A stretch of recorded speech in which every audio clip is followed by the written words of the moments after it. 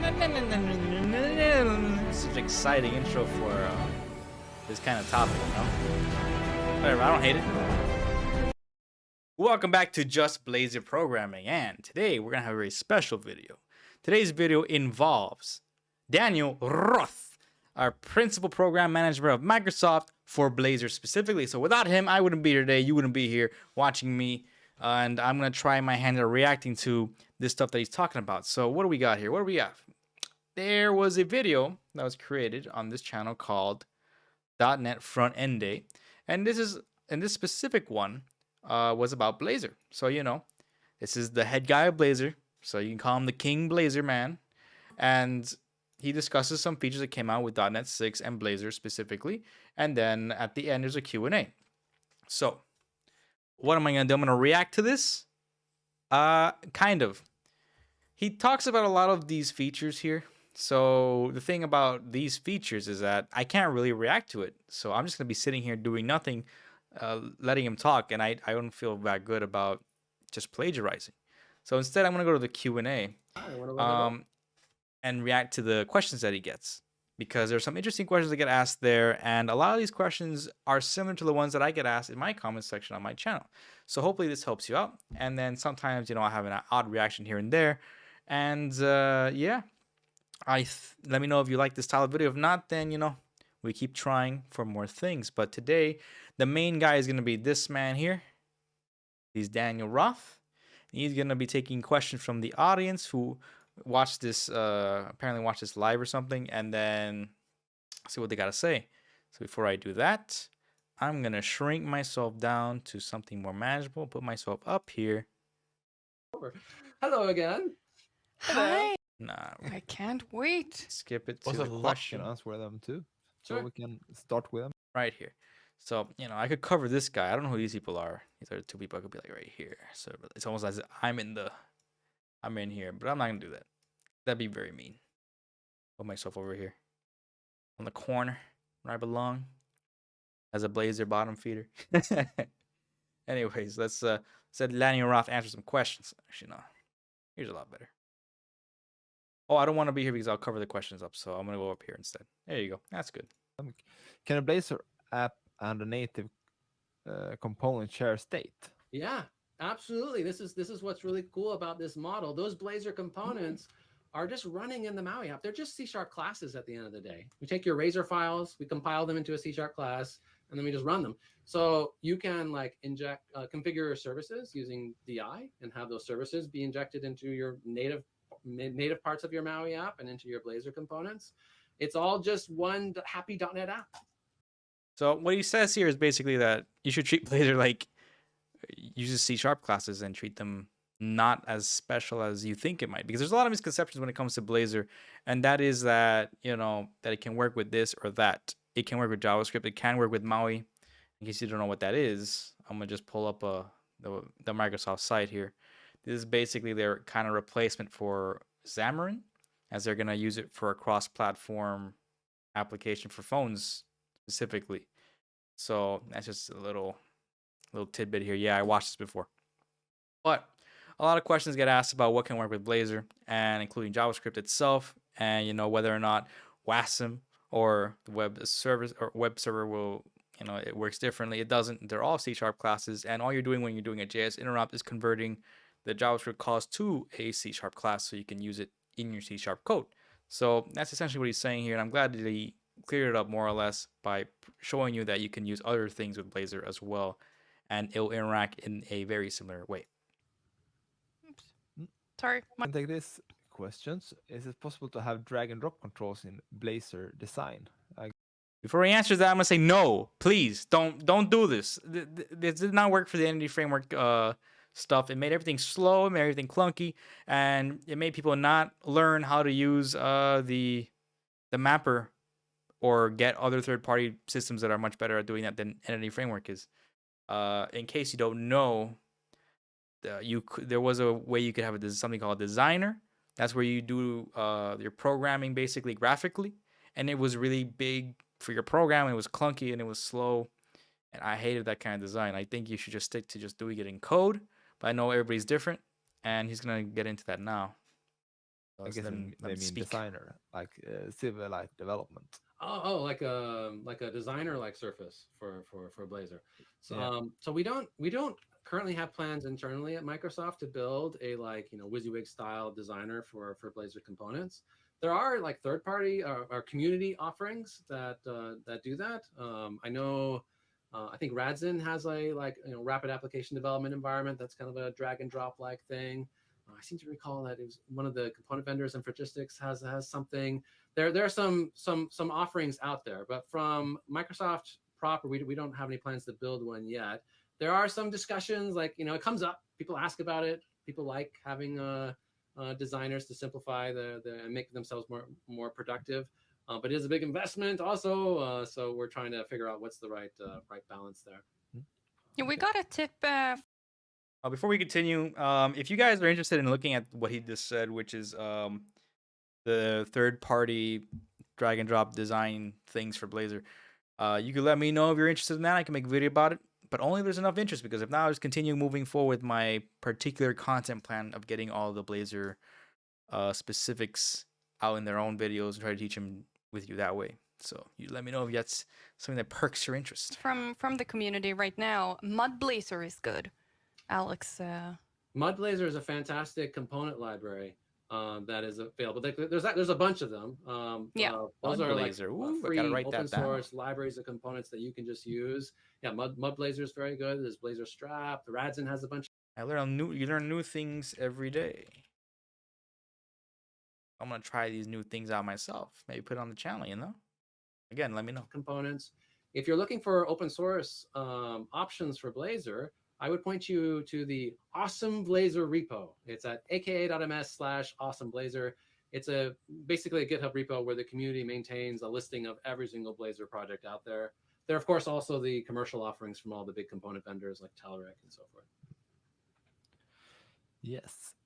Another question: how much of these features are going to be so important in .NET 5, or does it that features complete no more coming? I didn't really get the question, but yeah, I think this is saying, hey, I'm still on .NET 5 and you're showing me all these great features, but I'm not on .NET 6 yet.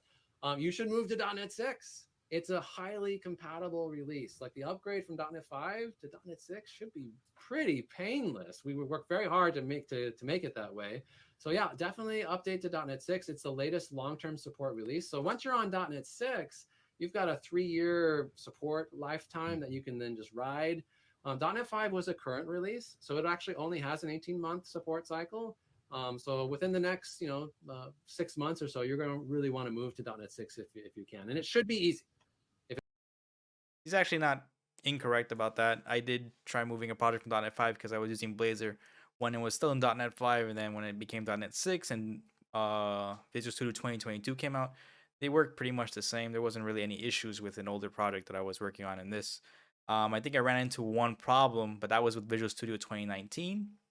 I don't know what happened to that, but 2022 works. So, yeah, sure, why not do that? It's not, let us know, but it should be. It took us 1 minute to upgrade the .NET Frontend 1 website. minute. So it's not a big site, but it was. Again, it was a Blazor app, so I wasn't expecting any problems anyways. Okay, let's see here. Current Blazor hot reload consumes large amounts of CPU and memory if left running for more than a few minutes. When are improvements expected to be released that solve this issue? Yeah, so we have heard some, hot reload is a brand new feature, hot off the press. We have heard some feedback that are some rough edges. Hot off the press. Angular React has had it for like, I don't know, a decade already, I want to say. It's just brand new for Microsoft, though. Still. Some people saying they can't get it to work, or it's actually not being very fast like it was for me. Like as you saw in my scenario was very, very quick. There's some degenerate cases that we have had reports of that we're tracking down. So I would first say try the latest Visual Studio preview. Like if you haven't tried out 17.1, the latest preview, I think it's going to be stable here very, very shortly anyway. So the preview is almost done. Give that a shot and see if that fixes your issues. If it's not fixing your issues and you're still having problems with hot reload, please send us feedback. Use the VS send feedback button. That's the best way to do it because it captures a whole bunch of logging and telemetry data that we can use to figure out what's going on there. There is a bunch of work right now to further polish, shall we say, the hot reload experience in VS. And so with each VS update, you should see it getting better and better. My response to that is I thought that the VS help thing that comes up sometimes whenever like your Visual Studio crashes or whatever, I thought all it does when you press the button, it just goes to a black hole somewhere and nothing is done.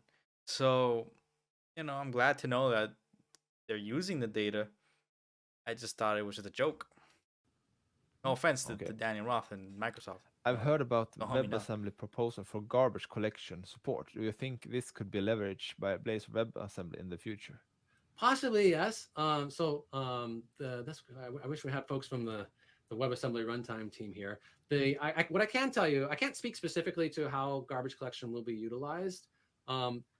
It's probably there's probably a misconception that some people look at that spec and think, oh, that means that .NET will be able to use this WebAssembly garbage collection feature for its garbage collection. That's probably not the case because we have very specific garbage collection semantics in .NET that we have to honor, and this other garbage collection implementation is probably not going to line up exactly right. But there still may be places where we can leverage it. We keep very close eye on the latest evolutions of the WebAssembly specs and using those features in the runtime as they become available.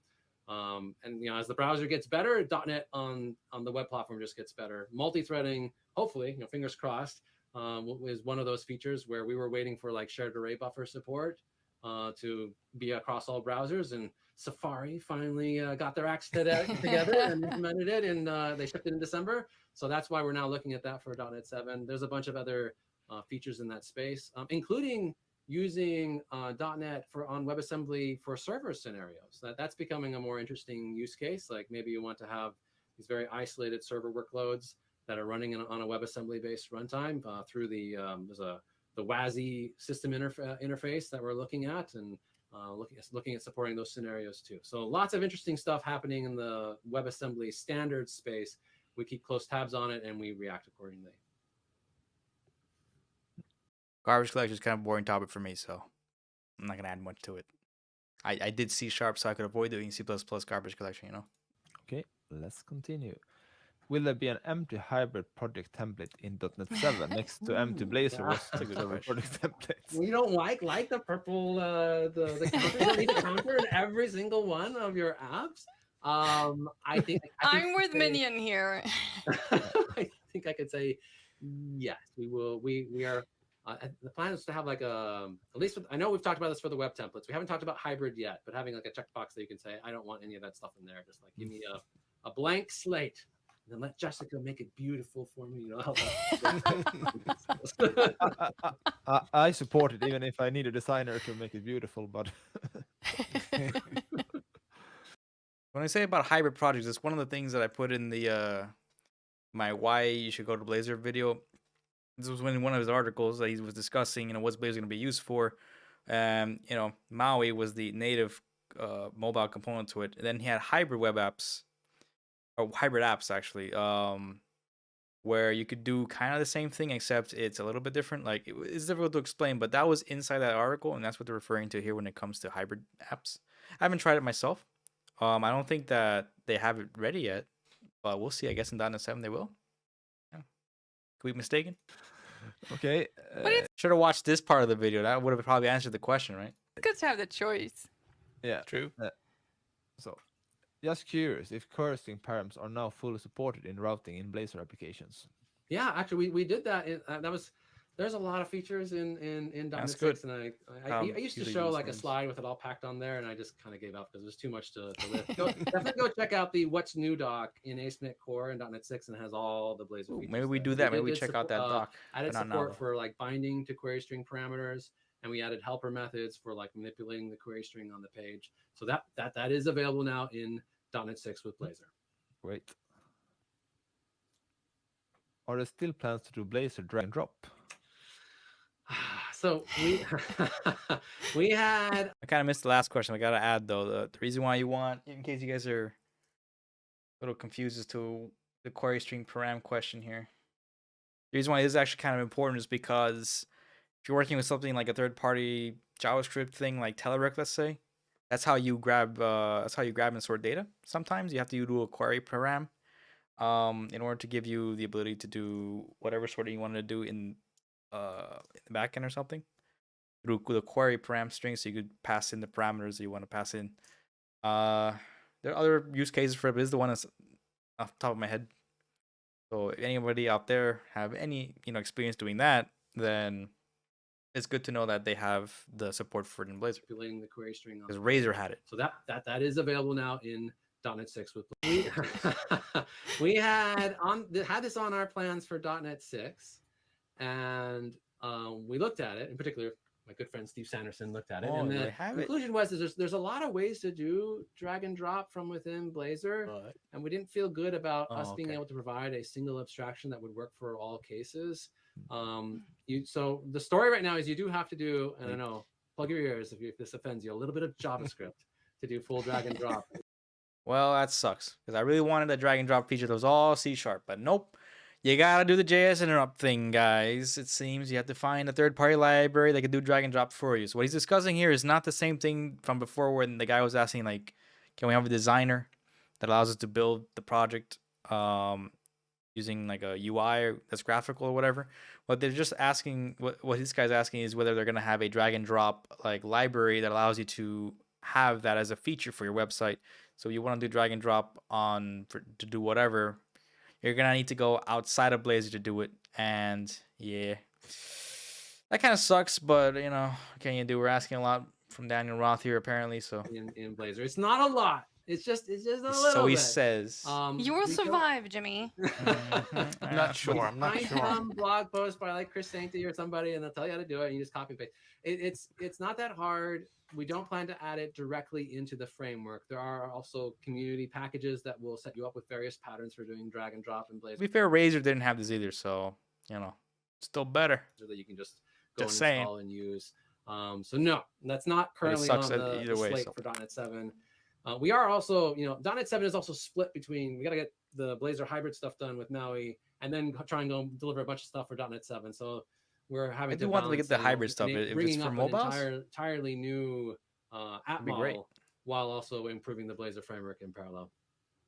You basically have nothing to do here. Lots to do. Your days are totally free. The opportunities are many, shall we say. That's an insane amount of stuff. Yeah. Quite a few questions more if you have time. Sure, I'm happy to stick around. Then how the usation is planning. Do you have time? Sure, I'm happy to stick around. Pre-rendering with authentication is planned in .NET 7. Then how we use authentication if first page is login page. Yeah. So we basically, our guidance right now is if you need authentication state, then don't pre-render that page. Like that's not a great story. Which is why we are fixing it for .NET 7. But it's not a great way to do that right now. If you want to pre-render the content, I mean, from my understanding, the part of the problem is like the authentication state usually gets established client side for a client app like Blazor. Blazor's fundamentally a browser-based application. When you're pre-rendering, you're on the server, and then you got to have a way to flow the authentication state around or something. So yeah, the guidance right now is basically pre-render the parts of your app that don't need that authentication state. So it's an area that we are working on. I would also point you to the pre-rendering docs that have further guidance on how to deal with this situation.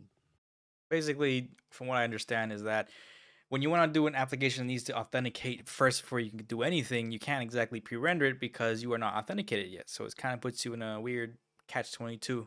You have to be authenticated to get whatever access you need to access to, but you want to pre-render things beforehand. So the solution apparently is to only pre-render things that do not require the authentication. So you might end up changing if you're on the Blazor server, there's a setting there that says whether you're pre-rendering things. You might need to change that so it's not so. I might show that in a video, so I'm just gonna write that. I'm writing all these ideas down. Thanks, Daniel. Daniel, you're gonna add so much content to my channel, more than you already do, obviously, because Blazor is his baby, I believe. Blazor, perfect. Let's continue.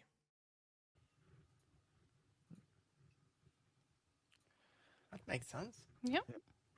What is the current threading model in MAUI-Blazor scenario? Do native components use the same UI thread as the Blazor components? I don't know if I know the answer to that one. That's a great question. I'd have to check about whether the Blazor, like I don't think the Blazor code, like your components, I don't think they run on the MAUI like UI thread because they're unrelated to MAUI's UI. But I could be wrong. I might have that totally wrong. So I'm not. I'm gonna back up. I'm gonna try and answer that one. I'm not sure.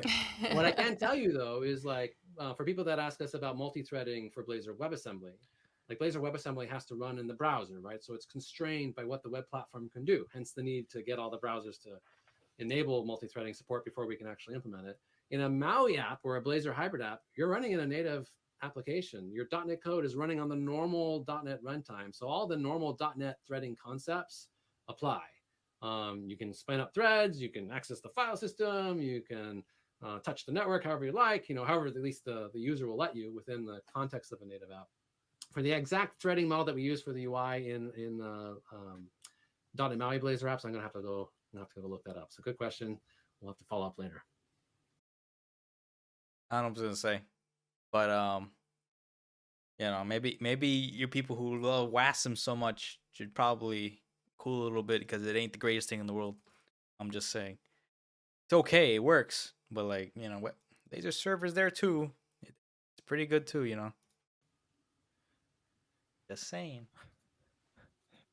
We can take this. What if I am on framework 4.0?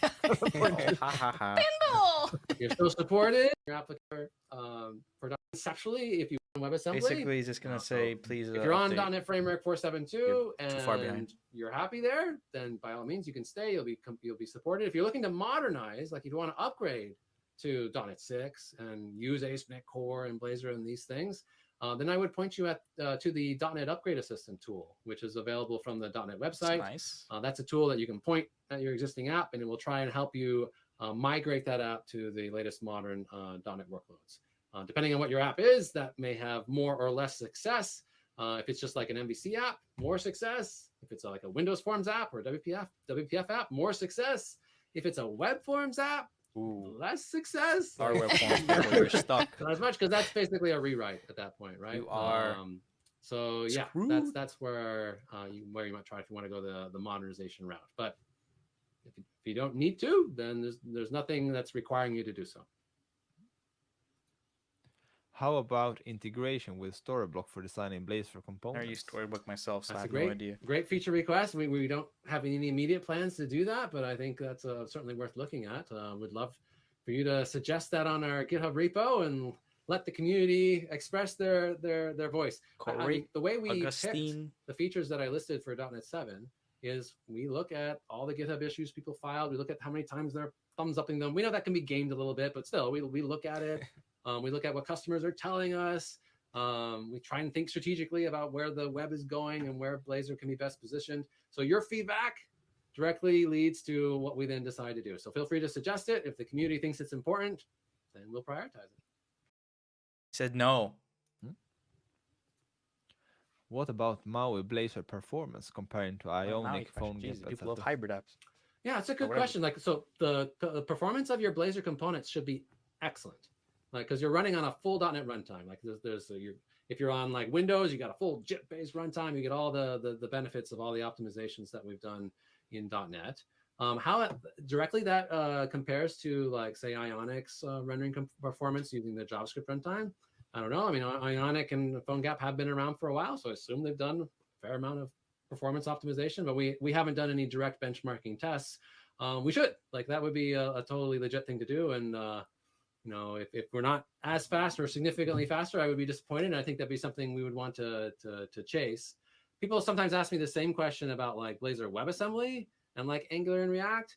That one, the comparison's not as fair. Like, we're having to bring a whole runtime with us, whereas they just get the runtime that's already there on the machine with the browser. And so, yeah, we're not going to win a horse race directly with those frameworks when running on WebAssembly today. But so in that world, we strive for good enough performance. Like, you can be productive, use your .NET skills, and get your app done. On MAUI, we should be able to do way better. You heard it from the man himself. Please stop asking whether or not it's whether Blazor WebAssembly is faster than React or Angular. It is not. It'll probably never be, but it's good enough to compete with them. Especially if you are a .NET developer, and you don't want to do all the other JavaScript things you have to do. So that's basically the trade-off. You get a lot for it, but you gotta trade for it. So please stop asking me this question. I love how you say today. That's today, but the The web answer's platform never. evolves, right? Like at It's some just- point, if I don't think enough so. WebAssembly features are there that we could do like a JIT runtime or do other optimizations, Just or gotta load a somehow lot of stuff. pre-cache the runtime so you don't have to bring it down, then we could do much better. It's all how the standardization effort moves forward. Are Blazor server apps ideal on a web server cluster, web form environment? So Blazor server apps work fine in a cluster environment. The thing you have to keep in mind is that it is a connection-based model. So when a user browses to your app, they're going to set up that real-time connection between the browser and your server, and the server sets up some state associated with that connection, and that's how it's handling all the UI interactions. So once they're connected, they need to stay there, because otherwise then all the state associated with that user gets lost. So you do need like sticky sessions and those types of things. If the server goes down, if you have to, and you want to like preserve that circuit state, then you need some way to persist the circuit and be able to rehydrate it again for that user. You can do things at the application level to try and handle that. In .NET 7, we hope to add some features that will make that easier. Like if you're rolling out updates, we give you an API where we can say, hey, time to hibernate or persist or whatever, so that we can bring you back up later. But yes, you can use yourself in a clustered environment. We actually recommend using the Azure SignalR service as a way to handle multiplexing all of the connections for connection-based scale out.